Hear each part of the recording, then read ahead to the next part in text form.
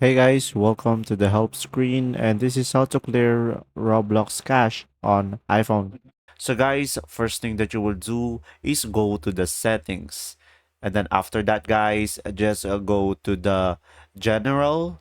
And after you go to the general guys, first thing that you will do is go to your iPhone storage. And then from here, you will have all of the applications that you have on your iPhone. And from here, just find the Roblox in order for you to proceed. And guys, once you have find Roblox, just tap on it. And then from there, guys, you will see an option of offload app and then an option to delete app. So guys, for this video, just click offload app.